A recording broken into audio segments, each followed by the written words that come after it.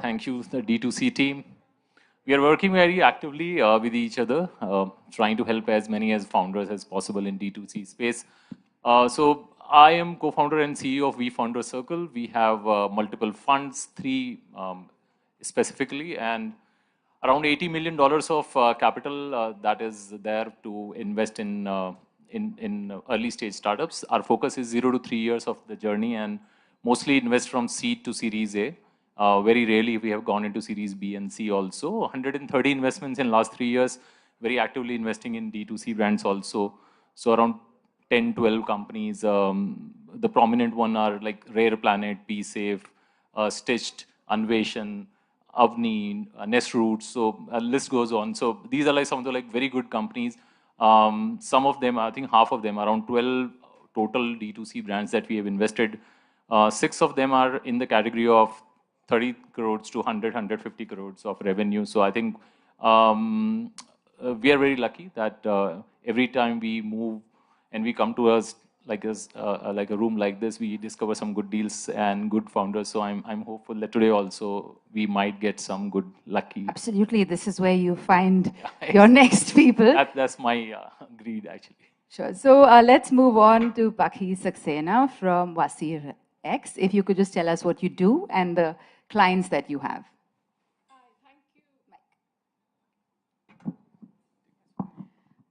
Good evening, everyone. Thank you for having me here, D2C Insider team. I head the retail and consumer practice at Wazir Advisors.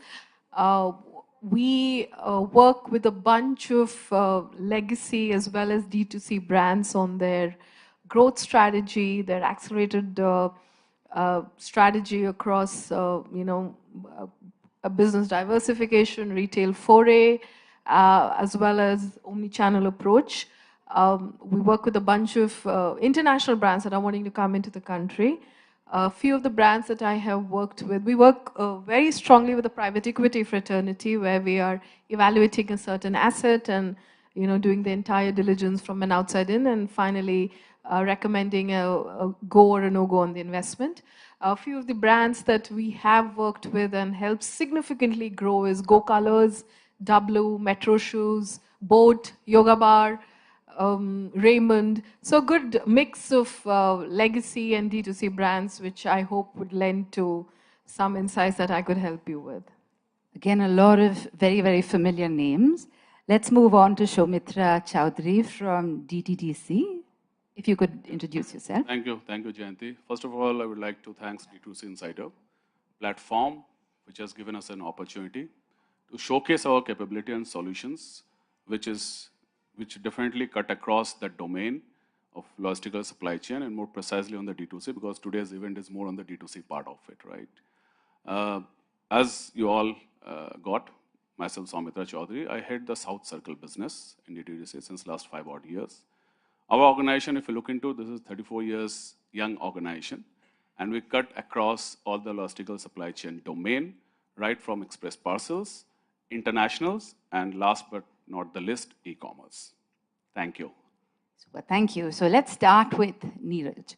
So Neeraj, I think Anant gave us a very, very interesting and very real scenario of what's happening with the market, what's happening with the VC market. So I think as founders, it's something we're all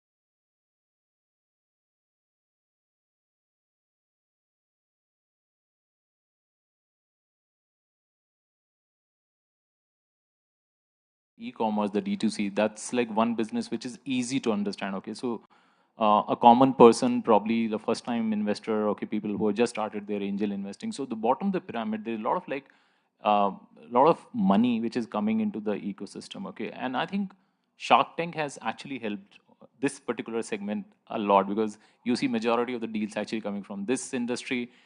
People have understood it. Okay, how to evaluate, how to discuss with founders. So where we operate, okay, we have two angel funds. We have one VC fund that we recently launched. So I can tell you that there is, that's a good news actually about this particular segment, that lot many people are willing to invest, and I think the decision-making process is slightly easier. So there's no dearth of money as far as early stage investing is concerned. So pre-seed, seed, angel rounds, till pre-series A, it's fine. The other trend that we are looking at is that even it's slightly bigger rounds, okay, Series A and Series B. Like for example, we recently given exit in one of our portfolio company called Rare Planet, very well popular name. Yeah. So in just 1.5 years, the founder was able to give 3.5x of return to the investors. So while a lot of people actually have taken the exit, at the same time, a lot of new investors actually entered. And I'm talking about not of family offices or institutional investors. I'm talking about individuals. Now, individuals from smaller towns, they are not dearth of, okay, at least the 1% rich club that you find in every city. So those are the people like who are coming at a stage where the company is like 200 crore plus like valued, and they are writing checks in crores. Okay, at that stage, they are buying equities of the existing investors and giving exits. So I think this is like new phenomena for us, because when we used to think of exits, it was always coming from bigger VC funds or family offices.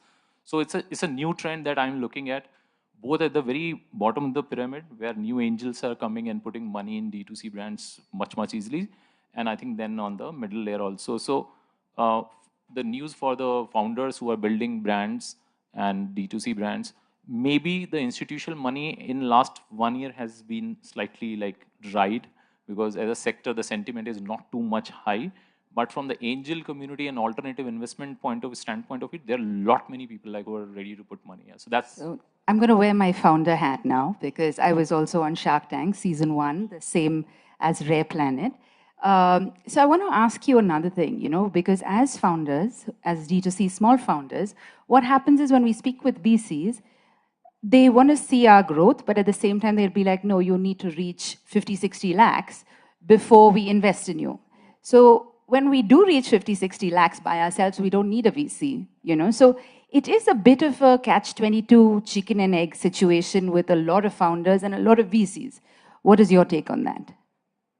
No, I think you need VC even when you're doing 5 crores a month. So it's not that you don't need them. It just, I think, yes, you're right. At the early stage, there was a time, say 2 years back, when things were easy, okay, to get early checks from VCs, even in this space. If you're building a marketplace, if you are building a kind of a D2C brand. But right now, that's not the case. But I think there is nothing to worry. That is what I was highlighting. That there are a lot many other people who are ready to invest your early journey, and then you can definitely, with better numbers, with better traction, you can go to. Like for example, another very successful company of our portfolio is Anveshan. So they incorporated in just 3.5 years back, and we were the first check in the company. They were just doing 8 lakhs a month, and they were just raising around at a 9 crore, 10 crore pre-money valuation.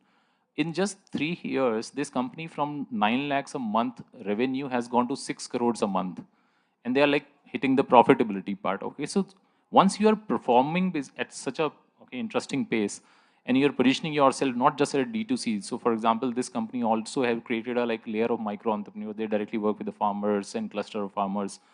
So if you can position yourself slightly basically better than just a D2C brand, like Rare Planet is not just a D2C brand. It's also a distribution channel, that airport, that's distribution model that they have. And they do have a story with the farmers. And they do have they do have a story of artisans directly working with them. So my point is, if you can also bring a layer of differentiation, and you are also performing well in terms of revenue numbers, I think you will find bigger checks also.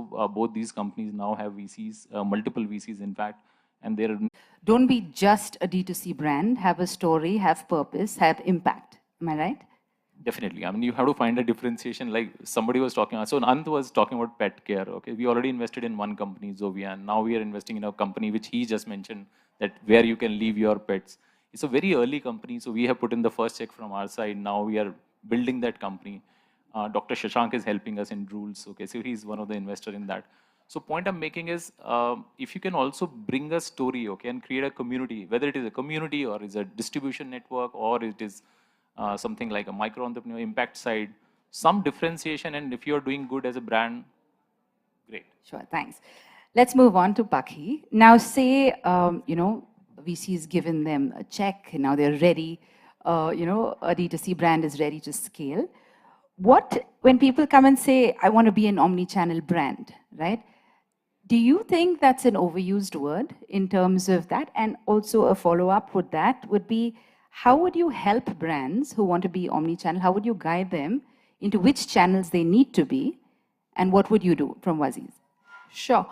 Thanks for that question. So, what generally is what we have witnessed and what tends to happen is when a D2C young brand, I wouldn't call them D2C, when the new age young brands are looking to scale in the offline play, they tend to mirror what they've seen with what legacy brands do in terms of place, in terms of location, in terms of just having their brand visibility there. But I do believe that the young digital, the agile, these D2C brands have been built on very strong tech capabilities and platforms. And I think it's very important, and an omni-channel will be a very important element of for them to leverage.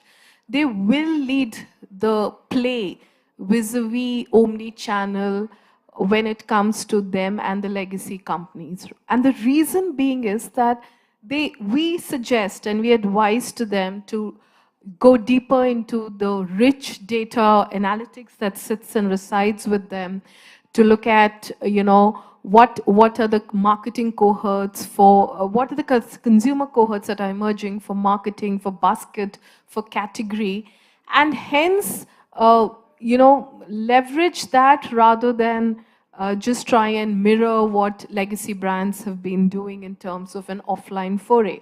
I think even further on, what we have witnessed is we work with a lot of offline brands, right? We have templates that we use. We worked with Go Colors, we worked with W, we worked with Metro Footwear, Raymond's, for Lavi, the handbag, which is again a young, agile D2C brand. And we use templates of, typical city type tiers, we use location analysis, we use surrogates, which are typical complementary categories and segments that would sit under there. But I do believe that the one layer that D2C brands and agile companies, which have strong bases of analytics, should look at going deeper into hyperlocal. They should activate their analytics to look at what are the regions that they should focus on, which are the number of dark stores that they should, in terms of shopping baskets, in terms of the purchase behaviors that are emerging from there, to define and put out the strategy for format, channel, assortment, consumer cohorts. I think that's something that, as they will scale, we did hear earlier, and we do believe, even Anand said that it would be imperative for D2C brands to go offline as a channel as they go to the 100 crore and above. That is when the scale would, and we've seen success stories with Mamaearth and First Cry, that they have that the offline channel has lent significantly to the enormous scale that they have achieved. And that's where we believe that, those are the levers. When the focus on retail penetration and foray happens, the richness of analytics and data and technology that sits within them to make sharper, hyperlocal channels, formats, is what they should lead the way there. We believe that. I think that is, it's very true, because it's no longer offline, right? You have offline, now you have QCs, which is, quick commerce is a whole game by itself, right? Yes, so, and I think today it's more than once that we've heard people mention Mamaearth, because I think they've got it right. And earlier today, somebody said that what Revlon took 20 years to do, Mamaearth has done in 5. True. So, you know, you did speak of this, Jayanti, and you did even, I think it's in one of your next thoughts we want to chat about, is that, you know, what do you believe are the learnings? Of course, we talked of some good points that they can leverage, but there are multiple challenges also that come along this way. For example, there is the channel of there's the challenge of funds, VCs, private equity. So you tend to take the franchise model, right? That's where the entire interplay of how do you play out margin, incentive, challenges, the share of those, because even legacy firms and brands have been facing this for a while. And more so when you're a new brand and you're young and you're wanting to create penetration in the market. Those are the challenges that come in. What is the optimum mix of company-owned, company-operated, franchise-owned, franchise-operated? What is that mix that you shall have where your brand doesn't get diluted and yet you get an optimum and commensurate distribution, right? Then that's that whole organization you need to build, a retail, think head in terms of as you're penetrating the market, because these are largely tech-enabled and rich in tech capability. But that's another investment that would be needed as you go offline as a young company. So now, Soumitra, coming to you. Now, say the VC's given us this fancy check. See, we've got her to sort our, retail shelves, but logistics. Why is it such a nightmare for founders? Why is it? It's the end. We've done everything. All we need to do is just get the product to our consumer. We've done the marketing. We've put the money in. What are the challenges you see in today's market, and what is DTTC doing to overcome them? Okay, thank you, Jayanti. Very important questions. So yes, VC has already given the checks, right? Pake has done her part of it, but then unless until the product reaches to the end consumer on time, right? And most importantly, safe and secure, right? That doesn't make sense. See, if you look into still in Indian ecosystem, right? This overall market is still evolving. It is not yet graduated, right? If you look into the overall ecosystem, 25% of the players, those who are still organized, right? Rest, lot more to happen, lot more to do. If you look into from the D2C brand perspective, right? So two things which is very vital for them. One, in terms of timely connections, right? Second, in terms of timely delivery. If you look into DTDC, what we are doing is as an enabler, right, to ensure that their goals are being met, right?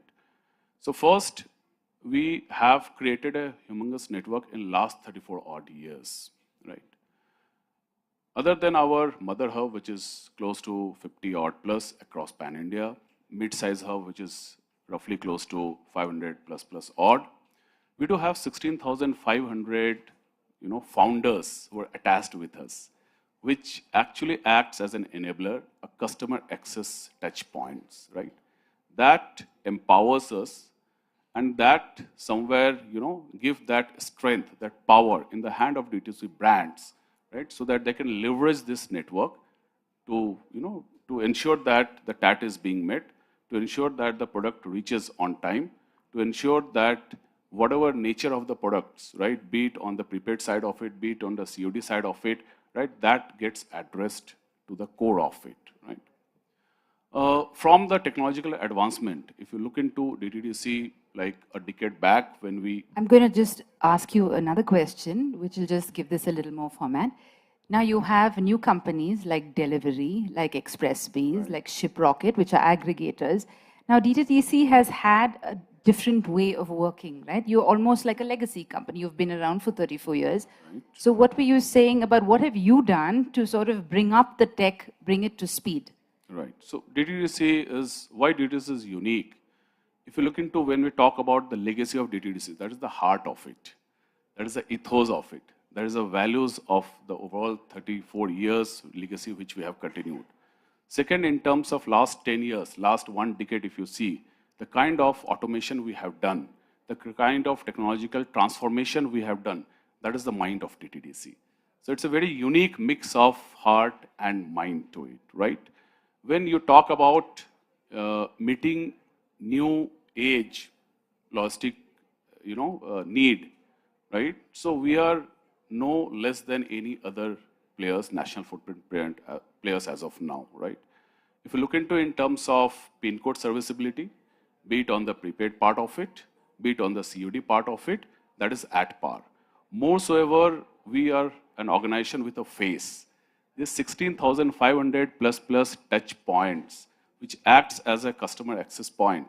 All these are entrepreneurs, right? They are the son of the soil, who understands the nuances of that particular catchment, who understands the overall ecosystem of that particular catchment, pockets, territories, right? So in terms of giving the personalized touch, along with the kind of service required, they're equipped and they are much more competent in addressing all those. But do you find it challenging that now you have so many players? Because every time we're here, there are 5 or 6 new logistics players. Do you find that a new challenge because they beat you on the price, because they're VC backed? So how do you tackle something like that? So it's always better to work in a market which is more competitive, because if there's a monopolistic in nature, so it actually impacts the end consumer, right? So when the market is not monopolistic and you do have a healthy competition in and around, right, it actually gives a lot of different tangent to see, to learn, to improvise on it, right? So that's what I told in last 34 odd years. If you look into the way we have evolved in this ecosystem, right, both in terms of keeping the legacy, keeping the core intact, and building other value principles in and around, that has actually helped us to, to take that leap. So if I could summarize what you said, DC is a legacy brand, but has kept up with the modern trends, with the change in technology, making it as new as all the other logistics brands. Okay. So now, if you look into, just to delineate it a little more, whatever nature of delivery a D2C brand or per se a BFSI brand wants, we are equipped to do that, right? Be it on a OTP-based delivery, be it on a KYC-based delivery, be it on a real-time delivery, be it on a geofencing real-time delivery. So all those technological advancement, right, we have now built. So yeah. Thank you for that. So Neeraj, let's come back to the man with the cash. So why do you think more VCs are now talking about profitability than scalability? Has there been a shift, and can you feel it? I think that has been not just with this industry, it's basically across. And I think this, as I said, is good for the industry that this discussion is actually the center point of making a decision of investments. See, scale and growth at all cost. Okay, that was the one-liner for the industry. But I think now it is a sustainable growth, even if it is a scale-down growth. Okay, but more mature, and that is what I have seen across my portfolios also. That people have scaled down their operations, okay, and just razor focused on the unit economics part of it and make it more profitable, at least on the transaction level, and then basically on the operational level, and then on the company level. So that has really worked well for the industry, because ultimately, at some point of time, you have to deliver on this promise, okay? Earlier, people were okay that even if you are not doing that in the first 5 years of your journey, maybe in the next 5 years, at some point of time, if it comes, it's fine. But now people want it. There has to be at least a plan on paper, which is something that you can explain, demonstrate clearly, and I think it's a good point. Okay, it's a good way, because then both sides actually it makes sense, because even the VCs are very, very conscious. The LPs are asking very tough questions to them, that why you are investing, why you are doubling down on investments which are not making any commercial sense, okay, or unit economics wise, it's not making sense. Why you're doubling down that? So that's where I think some maturity actually has come in both sides of the community. Both entrepreneurs and the investors both are realizing that together they have to work towards that goal. And people who have done that, actually, in a hindsight, if they look back, they have developed a great strength when they have survived last 2 years, okay, and they made their numbers better. It's good for them also. I think from here onwards, when they will take a bigger leap and bigger, I think they will focus on a bigger venture capital also. I think it will be in their favor, and that is what is happening. So just to add to this, do you think all D2C companies need to raise capital at some point? Or do you think some can do without it? Like, don't put your VC hat on now. Just, as a person, if you see a solid set of founders who are actually doing very well month on month, do you think when they come to you and say, listen, this is what I need, have you ever said, I think you guys know this and you're getting it right, so don't take the money right now. Maybe, when you reach this much, then we can talk. So personally, if you ask me, I'm a very big believer of not taking VC money at least say first 3 years of your journey. Okay, try to bring more strategic investors. Try to bring people who has been like successful founders, for example. If you bring a successful founder onto your cap table, I think that person, even if with a small check, probably can be a better value addition to your growth. And that's exactly what we do. So every investment that we are making, pre-seed, seed, angel, or pre-series A, at least at that basically journey and those investments, we are trying to map that. Can we bring, like I just given you an example of Drool. Okay, so the founder has successfully made such a huge brand. If he comes on a cap table of a young entrepreneur who's building something in the pet care, I think imagine the kind of value addition that this person can do. On the fundraising side also, bringing someone so strategic on the cap table also gives confidence to the rest of the angels and rest of the VC also, a very right signal that yes, there is someone, like for example, in our portfolio itself, we have a culture of founders backing founders. We're a very successful founder in that category. Like we were just talking about logistics. So Zip is that EV, okay, last mile delivery player. They have become so big in last 5 years.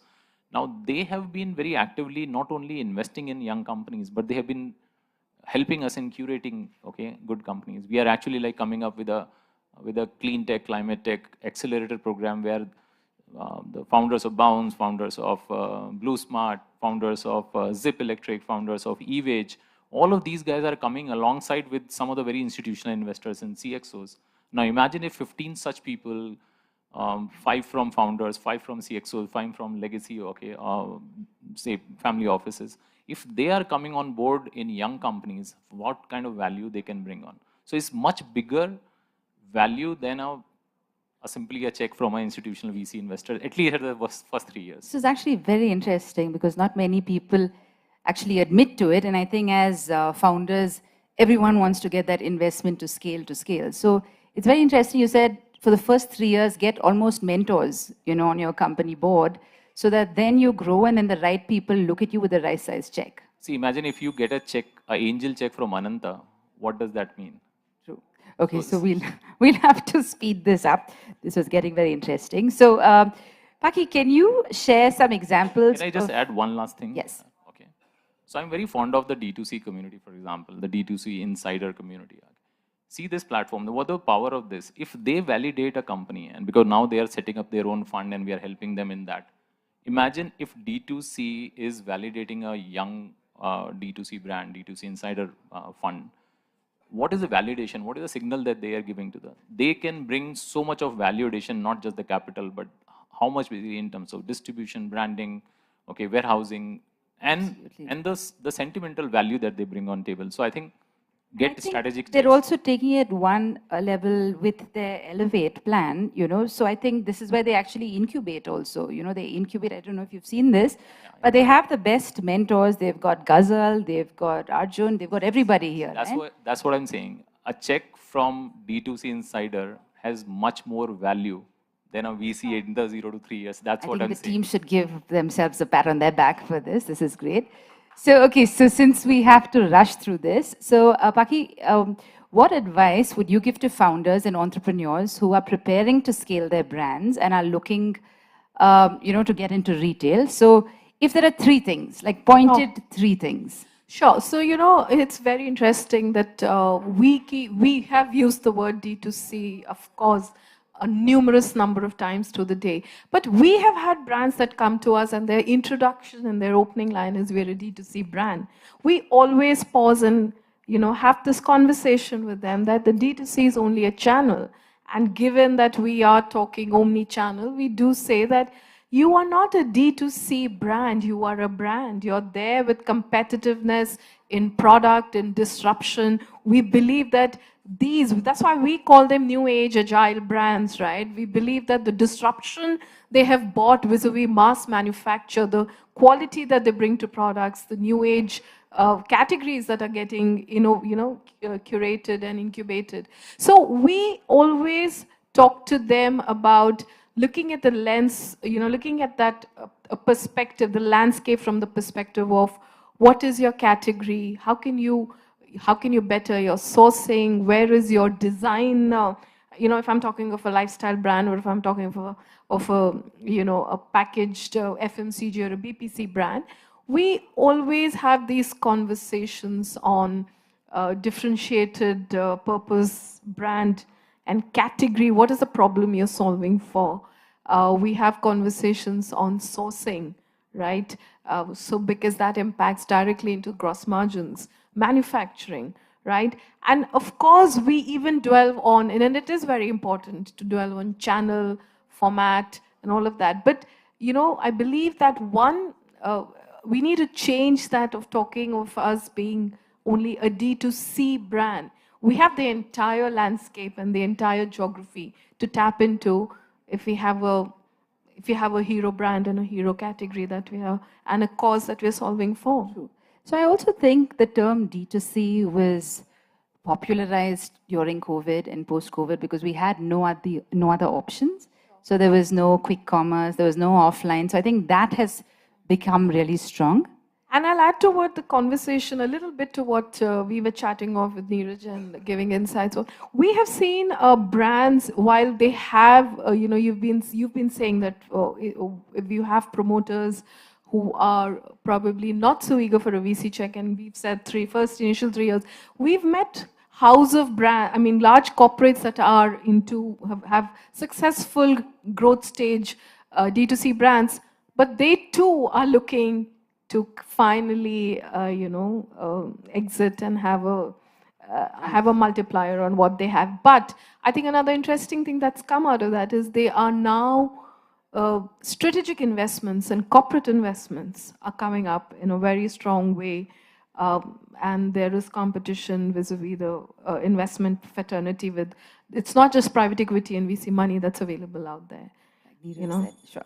So sorry, I'm just going to end with Soumitra really fast. So can you give us like a crazy story that has happened with logistics that you had absolutely no control over, but nobody knew? And I know it's not part of your script, but just to end it there. Okay, come again. Anything like in India with the landscape, given how uncertain things can be, like something that happened during COVID or something that DTDC had to go through and it came out brilliant? Definitely, this reminds all of us that 2020, when COVID struck, right? And yes, everything got standstill, right? So that was the phase which, so it was just like shooting arrows in dark, correct? We were not very sure that how things are going to be favorable, right? How things are going to open up. Definitely in that situation, D2C, I must, take this pride that this is one of the promising logistical supply chain company which definitely moved ahead and decided that, okay, let's ply all our vehicles, right? It was only 3 days when it was that entire, that band was called, right? So it was just for 3 days it was not plying, otherwise it was plying, irrespective of whatever the load factors were there, right? So this has really helped us in moving ahead and, creating a lot of confidence, right, and conviction within the community. So while doing so, right, so then one thought came, why not to just, experiment and invent on the Pudo part of it, right? That's how we started working on the Pudo, right? Now, if you look into for all our D2C brands and for the consumers, right, we do have that omni-channel fulfillment delivery systems in place. Be it your BOPEX kind of thing, you buy online and pick from the store, be it on the BOSS part of it, buy online and ship from the store, or on the Boris side of it, buy online and return to the stores, right? So this has actually helped those D2C brands and the overall e-commerce ecosystem, as well as to the end consumer, to do a lot more with less. Sure. right? So this is what one learning which we had during COVID, and this is what definitely helped us Do in more moving with ahead. less. Yes, do more with less. And I don't know if we have time for any questions today, since we've had the second bell. Do we have time for questions? No. So I'd like to thank this wonderful panel and thank you guys for your time. Thank you. Thank you. Check. Well, a big thank you to our insightful panel one participants for sharing your valuable perspectives on the profitability and growth. Once again, thanking our moderator Jayanti Bhattacharya, Neeraj Tyagi, Paki Saxena, Soumitra Chaudhary, AVP DTC. And ladies and gentlemen, with this, we come to the end of the first panel discussion.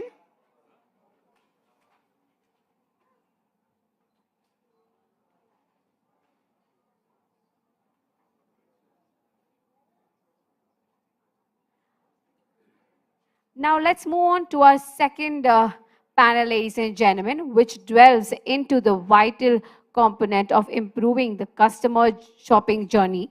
And the topic is solving for D2C growth across the customer shopping journey, pre-order, order, and post-order. Well, for this, we have our moderator, Hriday Agarwal from Cashfree, Harsha Somaya, co-founder at the Bear House. Can we please give them a huge round of applause, ladies and gentlemen? Come on. Lokesh from Tiny Dreams, co-founder. Mustaqim from Menzo Brands, co-founder. Bharti B, country head and director at Shopify. Yes, a huge round of applause, ladies and gentlemen. Come on, show me some energy. And the last, we have Surbhi Bhatia, founder and CEO at the Mom Store. Prepare yourself for an insightful discussion on the optimization of D2C, growth across every step of the customer's journey. Let's welcome our distinguished panel to participants, ladies and gentlemen. Once again, come on, give all these wonderful people a huge round of applause. Show some energy even at the last, come on. Thank you. I know it's pretty late in the evening. We'll keep it as exciting as possible for everyone. Good evening, everyone. My name is Hriday. I am the founder at Cort Firm and Ecom 360. Super excited to be here to discuss D2C with all of you, right? It boggles my mind how long we have come, how far we have come, but ultimately it is just the tip of the iceberg that we have touched. Some like to believe that the best of brands have been built, the market has been captured, but statistically the report says otherwise. In the last 3 years, with the digitization efforts of the government, pandemic, the likes of Jio making internet accessible for everyone, there was a massive push in the D2C e-commerce industry as a whole. We added what? Last 3 years we added around 100 million shoppers online. But 2024 and 2025 is the year it's going to see unprecedented growth, right? Shopping, D2C, e-commerce spends, we expect them to go from $80 billion, which was end of 2023, to $165 billion, out of which $50 billion is something we expect from the D2C community, something the likes of you guys are gonna pull, right? So it brings us to the topic at hand, which is how can we prepare ourselves for the growth that is to come? How can we essentially ensure that the entire experience for the customer on the website, the entire experience pre-checkout, the checkout experience, and the post-checkout experience can be a beautiful journey for D2C shoppers. So, yep, let's get right into it. I'll pick everyone's brains on the questions that we have. Feel free to just take questions as and when you wish. We begin, let's do like a quick round of introductions. Introduce yourself so that everyone has context. Start with yours. Hey guys, I am Harsh Somaya, founder of the brand The Bear House. We are menswear brand focusing on D2C, online first, and soon going to go offline. So just exploring the offline space and looking at more opportunities. Hi everyone, this is Surbhi Bhatia. I'm the founder at the Mom Store. The Mom Store is a maternity, infant and kids wear brand and also a marketplace for non-apparels. We aim to celebrate the motherhood journey for a woman starting from pregnancy all the way till her child reaches 5 to 6 years of age. Hi everyone, I'm Bharti Balakrishnan. I'm the director and country head for Shopify in Southeast Asia and India. This is Logesh, founder of Tiny Dreams. It's a online first brand, and we sell newborn kids apparels, US centric. Hi everyone, this is Mustaqim from Mansu. Mansu is the men's apparel brand. It's a D2C brand. It's launched 6 months ago. Amazing. Thank you, everyone. I think one of the biggest questions, right? CAC. It's a big problem in the D2C industry. What do you do beyond the traditional ways of marketing your products? Basically, performance marketing on Instagram, on Facebook, on Google. What else, apart from all of these regular channels, do you use to actually be found amongst your customers? I think I'll take that. Looking at today's industry, a lot of people have actually gone ahead and done Facebook ads and Instagram ads. A lot of people now have understood that to reach the customers, the right way is to make sure that the audience they are reaching out to are able to understand and learn more about the product. So customer needs to be, I would say, given the ads in terms of the regional language. So user-generated ads is something that is working very well for us right now, and even influencer marketing as a category itself. I mean, it can become a big platform itself, because we have so many influencers now in India that even a 10,000 follower influencer is able to get you good conversions. I would say more than even what a basic video on Instagram can. I'd like to add a few points here. So, when you're building a brand, it is very essential that you're not entirely dependent on paid marketing. Because if that happens, then you will see a lot of burn, because customer acquisition has become very expensive in the digital marketing landscape. And so what we do at the Mom Store is we focus on our organic social reach as well. So we are very serious about our Instagram channel, our YouTube channel, and SEO, so that before we even start paid marketing on a certain category or campaign, we already build up the warm audience. And in a category like ours, which focuses on maternity and baby, a lot of these keywords are already blocked in Meta and even Google. So in Meta, you will not find any interest groups which say maternity or pregnancy, so cold audience is off for you. And in Google, you will not be able to target any ad on the baby category or the infant category, or at least it will restrict as personalized advertising, and it will restrict the amount of ads that you can do or the ROAS that you can get out of it. So building that warm audience from your social efforts becomes extremely important. And while influencer marketing is one way to do it, I feel that every brand needs to become their own influencer.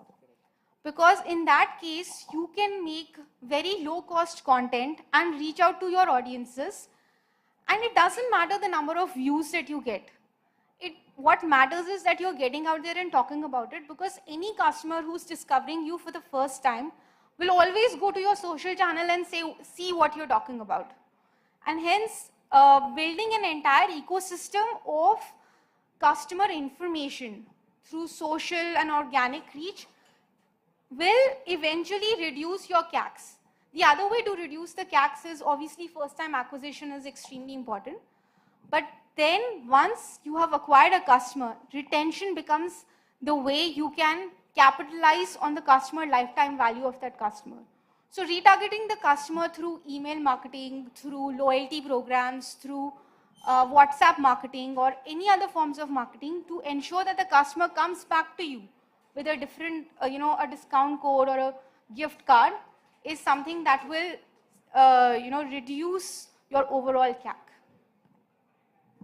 So leveraging tech is another perspective on top of what they have said. So one is communication. Communication is key. Product communication, brand communication. We need to be very clear on the focused target audience, right? See, with respect to Tiny Dreams, we are focusing on, it's a premium brand where we provide 100% organic cotton fabrics products. So it cannot be mixed up with any other brand. The communication has to be very clear, be the product communication or the brand communication. That is one part. Second part is like we are leveraging technology and understanding the CAC from various channels, from various means, and cutting down the cost from unnecessary or expensive channels. And understanding LTV when it comes to CAC is also very important. So you need to understand the LTV, like what's the lifetime value of your customer and how far you can go, stretch, and what's your cash flow. So CAC is important, but CAC also influence LTV and cash flow. So, question primarily to Surabhi and Logeshu. Have you explored communities? Because I feel like when it comes to parenting and motherhood, there is a very strong community that helps each other, and they take more decisions based on reviews and actual experiences of other mothers, other parents, and lesser on the likes of Facebook ads, Google ads, and the likes. So, have you explored or essentially tried leveraging communities so far? Yeah, definitely. So we are engaged with communities in two forms. One is a passive listening of the community. So I am part of almost all the parenting groups on Facebook to do a social listening of what our customer actually wants and desires. And then basically we even launch products based on the social listening or the problems of the customer. The second part is building a community ourselves. Now, Facebook use as a, as an individual is going down slightly, and Instagram is not very community friendly. So even though we as a brand have 2.5 lakh plus followers on Instagram, we see that it's not a community friendly portal. You can't like engage people on it. So what we are trying to do is build a community on our Shopify platform, and still solving that problem, how that will happen. Because finally, you have to engage the customer in and let them interact on their own and figure out and just give a push of, a little bit of product information and information. And in terms of community, we've also, along with our brand which sells products, built a very wide blogging platform where it's been not written by us, but the entire content has come from mothers who have purchased from us or have been our customers in the past. And they have shared their own journeys. But yes, that's not an interactive kind of a community. But any sort of a, first-hand information always helps the brand and the customer to connect with each other. So the reviews, the customer feedback is pretty critical, and being transparent and showcasing that is what is very much important. And when a brand attains a PMF, and your feedback from the customers reflects that. And I truly believe that we need to create a community, and we are working on it now. I just want to add, as someone who does not run a brand currently, couple of things I've learned by watching founders. Number one, the platform really matters. I'm not saying it because I come from Shopify, but really, using good technology really matters in what conversions are being driven. So if you use us, go and check if you're on online 2.0, go and check if your apps are optimized, they're not leaving tech debt behind. Make sure you're using the latest stuff we put out on paid speed. Check these things because ultimately they drive customer experience. It's one thing to bring someone to your site, it's another thing to convert them efficiently. The second thing I want to talk about is, I think there's a lot of playbooks now on looking at Google, looking at GA, looking at conversion funnels, etc. But I think there's not, at least I've not found really great playbooks on how you build trust through the customer journey. So yes, reviews is one touch point, but look at your checkout and ask yourself what trust you're building with the customer. There's brand APIs now on Plus that let you customize the checkout, that lets you sort of speak to the brand value on every stage of the journey. Go back to your product pages and ask yourself how you're using meta fields, meta objects to really speak to a lot of information on the brand, including videos, GIFs, whatever else you want to use. But invest in that. use things like meta objects to scale that. But at every stage, trust matters.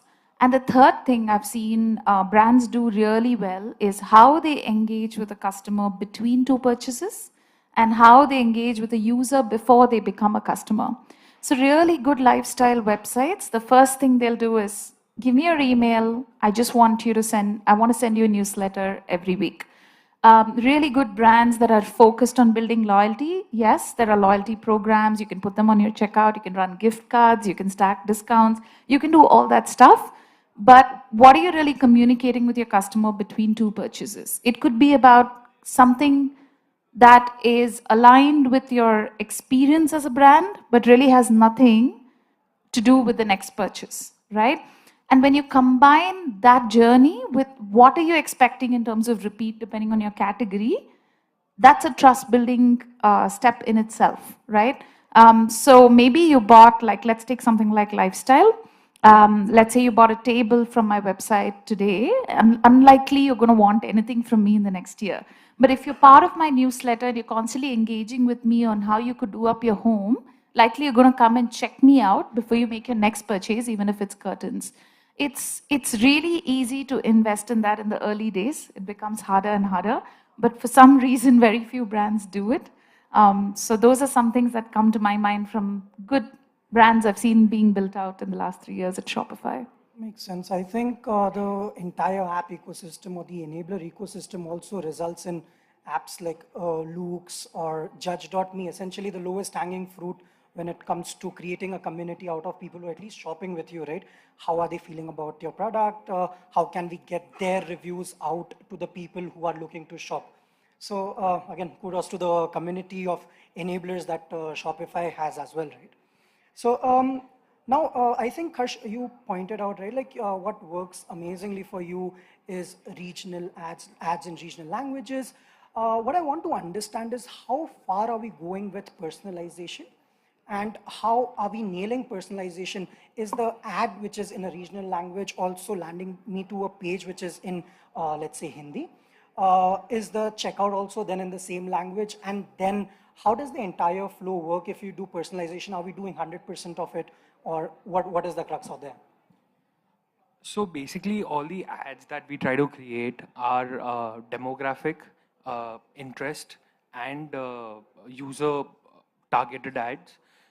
When we try to create personalization, we try to make sure that we are educating the person, educating the audience in the right way on what the product is and how useful the product is for them, and making sure that the audience is aware of what they're going to miss out on.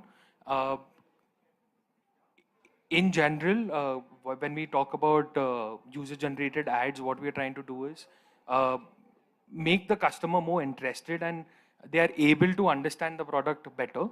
Currently, we don't have regional languages on Shopify for our store, but we aim to do that in the future. Makes sense. Mustaqim, do you have any opinion? On the CAC, I want to tell you something. Hindi, it's okay, no? Works perfectly. So, कुछ पहले इसके पीछे चलते हैं. Like 2023 में मैंने एक brand start किया, name called Oranges Fashion, and एक साल मैंने उसको run किया. In a year, I have 10 crore rev on own website, not marketplaces. So वो close कर दिया मैंने कुछ partners and investor के issue के कारण, and relaunched this Manso 6 months ago. So I have almost 1 CR rev in a 6 month on own website. So question है कि क्या ROAS है आपका? सबका वही होता है Facebook. ROAS है 10x. How it's possible? आपका भी question होगा कैसे होगा possible? So उसके कुछ way है जो मैंने पहले कंपनी में निकाले थे and अभी भी मैं वो यूज कर रहा हूँ. Way है अभी WhatsApp ऑटोमेशन आ चुका है, लोग चला भी रहे, कॉमर्स भी चला रहे WhatsApp, Instagram कॉमर्स भी आ चुका है, आप वो ट्राई कीजिए, मेरा सजेशन है. हम ट्राई कर रहे हैं अभी. WhatsApp ऑटोमेशंस तो है, Instagram ऑटोमेशंस में हमने DM पे ऑटोमेशन लगाया है, लाइक कॉमर्स, एंड हम DM का एड रन करते हैं, वी हैव 10x ROAS. हम मॉडल इमेजेस फोटोशूट आप यूज़ करते हो, राइट? क्रिएटिव बनाते हो, हम यूज़ ही नहीं करते। हमारी वेबसाइट पर मॉडल इमेज ही नहीं है। हम रियल दिखाते हैं, रियल बेचते हैं। प्रोडक्ट शूट इन हाउस है, रियल है। सो कुछ ऐसे कंटेंट पे अगर आप काम करते हो ना, तो लाइक बहुत अच्छे रिजल्ट्स होंगे। सिर्फ एड से बिजनेस नहीं बनेगा, ब्रांड नहीं बनेगा, आई नो। ब्रांड तभी बनेगा जब कस्टमर रिपीट आता है। तो रिपीट के लिए हम ऑटोमेशन यूज करते हैं, व्हाट्सएप है एंड इंस्टाग्राम है। आपने एक चीज़ बताई कि कम्युनिटी कैसे बिल्ड होगी, फाइंडिंग राइट। सो हमने एप्लीकेशन डे 1 से बनाया है वज्रो पे। वज्रो पे आप कम्युनिटी बना सकते हो, वहाँ से आप नोटिफिकेशंस देके आप लाइव कॉमर्स कर सकते हो, जहाँ से आपको कस्टमर्स मिल जाएंगे। तो सबसे बढ़िया वे है एक बहुत अच्छा, जहाँ से आपको बिना मार्केटिंग के ऑर्गेनिक आपके पास सेल आ सकती है। एक है गूगल सर्च, सेकंड है एप्लीकेशन। एप्लीकेशन के डाउनलोड्स में आप एड्स चलाओगे, डाउनलोडर लेके आओगे, हम करते ही नहीं है वो। ऑरेंजेस में इन अ ईयर 20,000 डाउनलोडर्स हो गए। हम एवरी वीक उनको नोटिफिकेशन देते हैं, 40 to 50K की सेल आ जाती है। So we are doing right in मेंसो also. We have 7,000 downloader in 3 months। हम नोटिफिकेशन देते हैं, ऑर्डर्स आते हैं, तो ओवरऑल आप देखोगे तो कैक कम हो जाएगा ये सब चीज करने से, रिटेंशन बन जाएगा। सो ये वे भी है। आपने बताया एक रीजनल वाला जो एक, तो वो भी है पॉइंट, बट हम उसको वॉइस ओवर के थ्रू कन्वर्ट करते हैं वीडियोस। एंड लैंडिंग पेज में जब आता है वो वेबसाइट पे, तो आप वेबसाइट को उस लैंग्वेज में शो करके कर सकते हो, वो ज़्यादा बेटर है, वो भी वर्क कर रहा है अभी के लिए। So I think voice, video, and basically showing non-model pictures, I think it has worked amazingly for players like you. Right. Because last 3 years, again, going back, right, tier 1 aa raha tha in the shopping ecosystem. But now is the time it is essentially led by tier 2, 3, and also 4, for which loco basically they don't understand how they would look instead of the model when they are looking at basically a piece of shirt, but they understand how it would look if it looks good without a model on a blank background. It probably is going to look good on you as well. So we have to understand that a lot of penetration in tier 2, tier 3, and that is what is going to lead the growth, right? That is to come.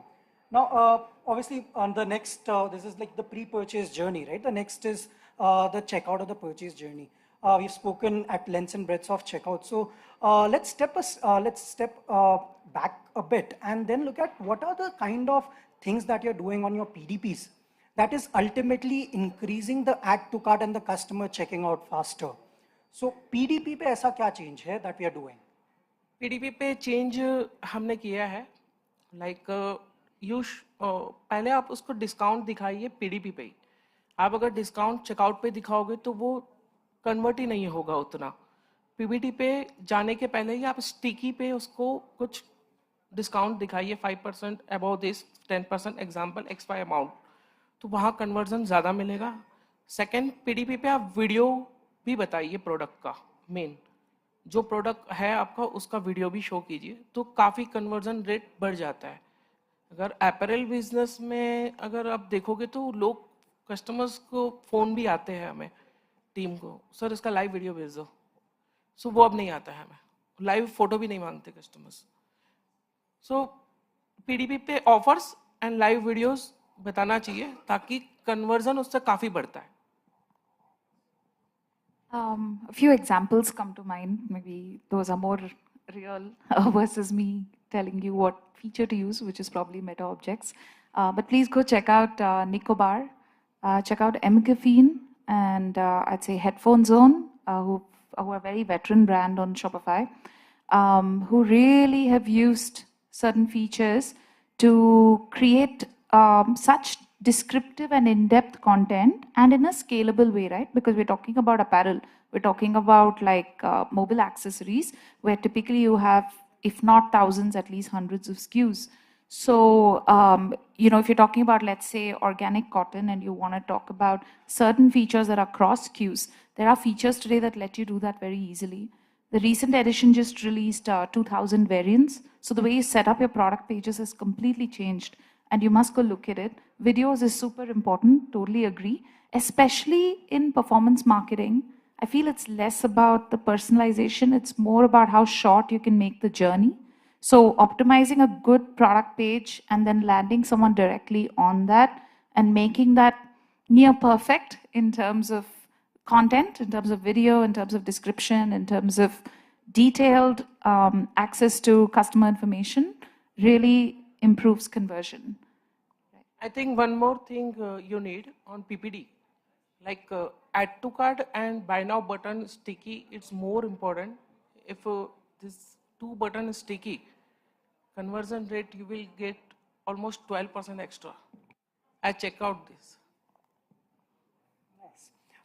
Moving on to post-order experience, like just feel free to pull in whenever you want to. Moving on to post-order experience, what do you think outside the generic, like I should ship faster, I should do order updates via WhatsApp or SMS? What are the other things that you guys are doing to create like a beautiful post-checkout experience so as to retain the customer, attain a high lifetime value for your brand and loyalty from the customer? Because we see brand loyalty is something India still struggles with, right? कोई सस्ता बेचता है वो वहाँ चला जाता है. So how do you ensure that the brand recall is there? Something I think Bharti covered very briefly, right? How do you ensure brand recall is there? How do you ensure that the customer comes back to the website to shop with you again?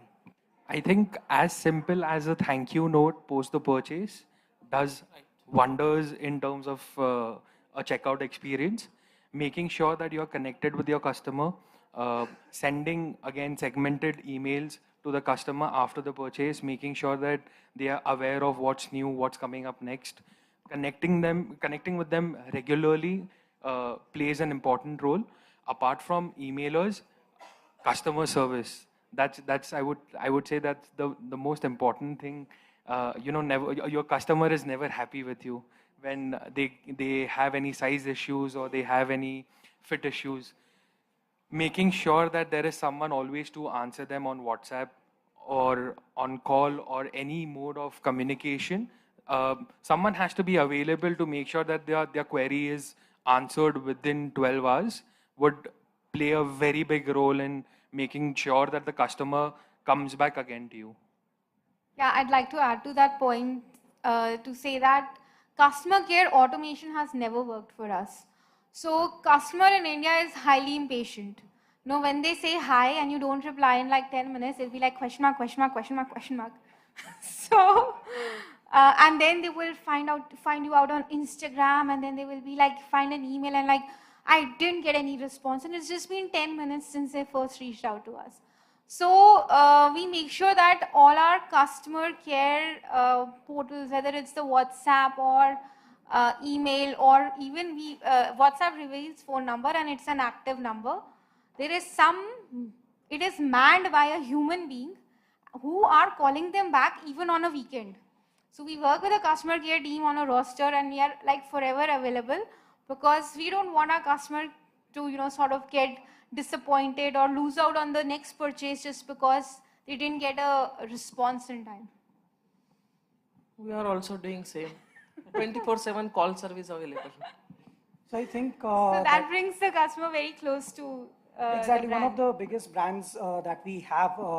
Essentially, they operate a customer care group of around 160 people, just to essentially ensure that they get back to customers when they are required to be spoken to. One of the things, just to add from my own experience, right, I think sometimes we should not reinvent the wheel, right? A lot of times there are multiple brands that would give like store credits instead of refunds. And then the customer ends up feeling कि भाई मैं Myntra से order करता, Amazon से order करता. I wouldn't have had the same experience. Obviously, being on the enabler side, I speak to brands for a living. So I do know that there are like gazillion reasons for us to want to offer store credits, especially for cash on delivery orders, right? But that is something I see that customers generally hate, prevents them from coming back to the website. So there are things that obviously being a D2C brand, we should invent, innovate at, but there are some things that we should just leave it untouched. To the basics. Yes. No, I think we use Cash Free and Razorpay to give out the payout links, and that has kind of reduced our complaints in terms of when we are not giving store credits. Customers come back, right? They're like, "ठीक है, size issue था, refund मिल गया. I like this shirt now. I know my size. Might as well place another order." And that kind of builds the trust factor as well, because that's, I think, one of the most important key, again, when you're running a D2C. Marketplace have built that trust over time, and they know that they are going to be answered to, and they are going to have that query answered. So when it's on your own D2C, you need to make sure that you are able to service like how a marketplace would. So the other perspective is like when you give why, they should be proud about your product, right? So when you make them a brand ambassador, give them reasons why you should be part of this. So in our case, like they've been part of the sustainability, eco-friendly, and this is why I need to be part of this brand. When your customers become a brand ambassador, a customer care, In fact, even we use a lot of referral programs where we make sure that we try to influence the customers to share, or give a feedback, and we do give them incentives based on that as well. So again, when they have something in their wallet for free, they do come back and shop. Amazing. We're heading towards the end of it. One question to each one of you. I think enablers, it makes sense for us to listen to the answers on the other side, which is what is the biggest post-checkout or post-order experience issues that you face as of now? What I've heard being in the industry is there are a ton. I would want to hear from... Returns itself is such a big pain for all the customers. How to initiate, tier 3 cities where looking at an ad, they've placed an order because it's seamless, but when they have to responsible for them to do it. So I think that's a problem that I think everyone needs to solve. I think retention marketing then becomes the next challenge, and how do you get the same customer back? And there are only few ways to do it. So email marketing is one, but the email open rates in India are one of the lowest.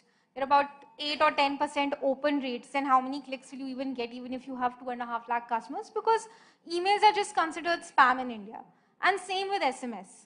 Hardly anybody checks your SMS, and your SMSs are full of OTPs that you don't want to like open it and see anything else. And then comes WhatsApp marketing, but recently Meta has come down with so many rules and restricted WhatsApp marketing once more, because again it was getting spammy. So what we do is we build our customer cohorts. We look at the data, we build our segmentation, we identify our maternity customers, and we know that we can retarget them for baby products. We retarget our customers for information.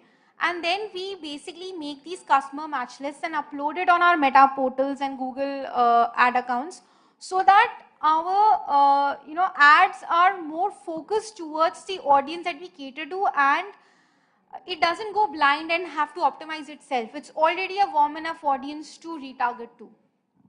CAC भी कम हो जाएगा. Return logistics is one of the biggest challenge, and making them like do a next purchase. I think Bharti, you might obviously want to add to this. Shopify is building a robust stack when it comes to returns. We did not have it beautifully solved on the platform until very, very recently. So I'm almost like a cheerleader for Shopify. It's not like I'm sponsored by them, but yeah, I think these guys are doing a beautiful job there. And yep, a question to you now. We'll end with that. So we see, again, Amazon increased its seller fees very, very recently. And the biggest of D2C boom is yet to come in India. Probably this year and the next year is the golden period for any D2C brand, right? What are some of the trends that we are seeing in the industry? Where do you think the industry is heading?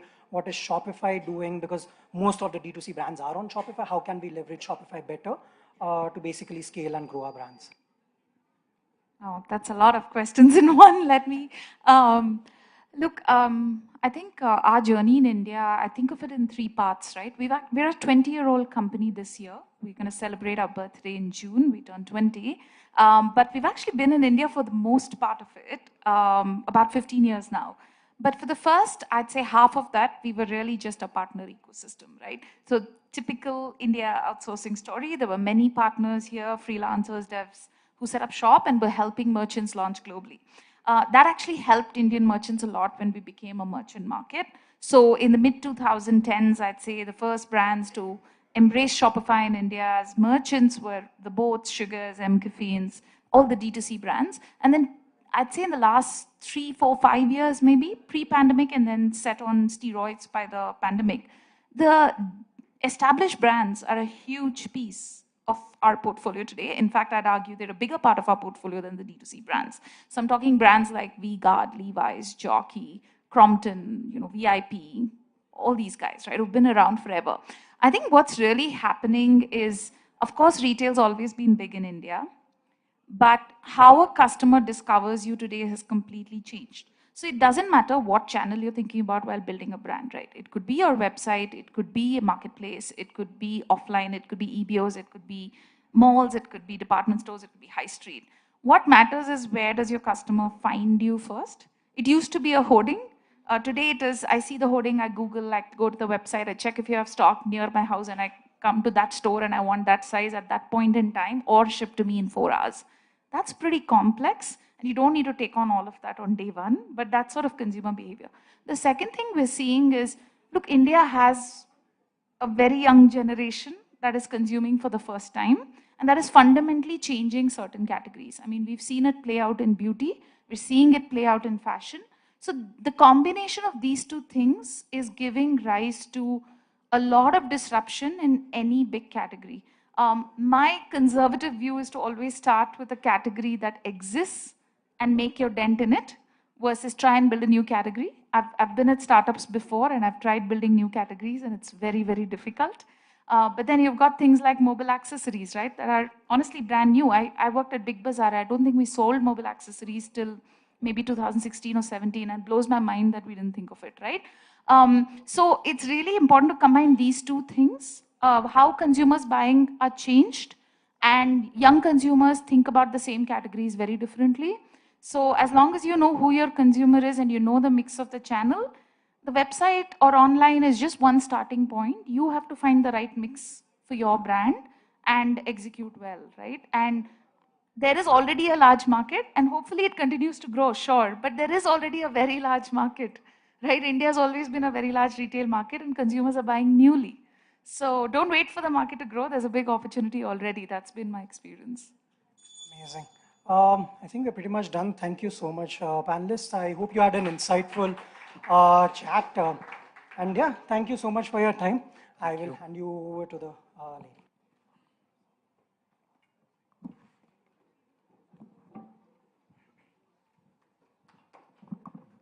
Check. Well, thank you so much. A huge round of applause, ladies and gentlemen, to our esteemed panel, two participants. Thank you so much, moderator Hriday Agarwal, Harsh Somaya, Bharti B, Surbhi Bhatia, Lokesh, and Mustaqim to join us. So thank you. Ladies and gentlemen, what an incredible day it has been at D2C Insider Regional Summit. I hope you've all had a very insightful discussion, gained valuable insights, and made meaningful connections. So before we wrap up, I want to extend a special mention to our partners who have made this event possible. A big thank you to our title partner, Cash Free Payment, co-partner DTDC for their invaluable support. A huge round of applause, ladies and gentlemen. Come on, can we see everybody clapping? Come on. A shout out to our ecosystem partners, Head Start, the ecosystem community, the Indian startup community, Draper, Your Story, the Builders Club, TIE Bangalore, TIE Chennai, the Chennai Angels, and IIMB, NSRCEL for contributing to the vibrant community spirit. A huge round of applause to them as well, ladies and gentlemen. Last but not the least, our goodie bag fulfillment partners, Shadow Facts, thank you for adding delight to our event. Now, as we conclude, I would like to invite you to continue the conversations and networking over dinner. Also, please don't forget to collect your epic goodie bag. I think Shruti has mentioned this several times. Do not forget to collect your goodie bags, ladies and gentlemen. The goodie bag while exiting the event. Now, may I request all the volunteers to please come forward for the picture. all the volunteers of the event. And ladies and gentlemen, please put your hands to the entire team who has made sure to give you such an effortless event and such a wonderful event. Please, can we see everybody clapping for the entire team who has spent day and night to make this event happen? And my name is Suman again, once again. Thank you. May I invite all the volunteers to please come forward? May I invite all our volunteers, before we officially close the curtains on this fantastic day, a huge round of applause once again to the volunteers. You have been the heart and soul of this event.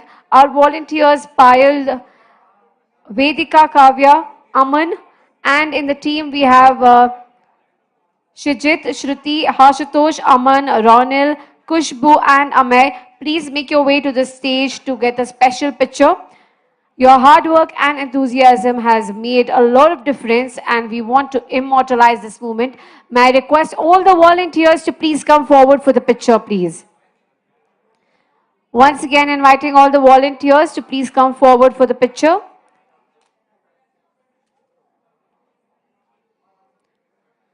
Yes, may we have Payal, Vedika, Kavya, Aman, Shijit, Shruti, Ashutosh, Aman, Ronil, Kushbu, and Amay to please come forward for a group picture.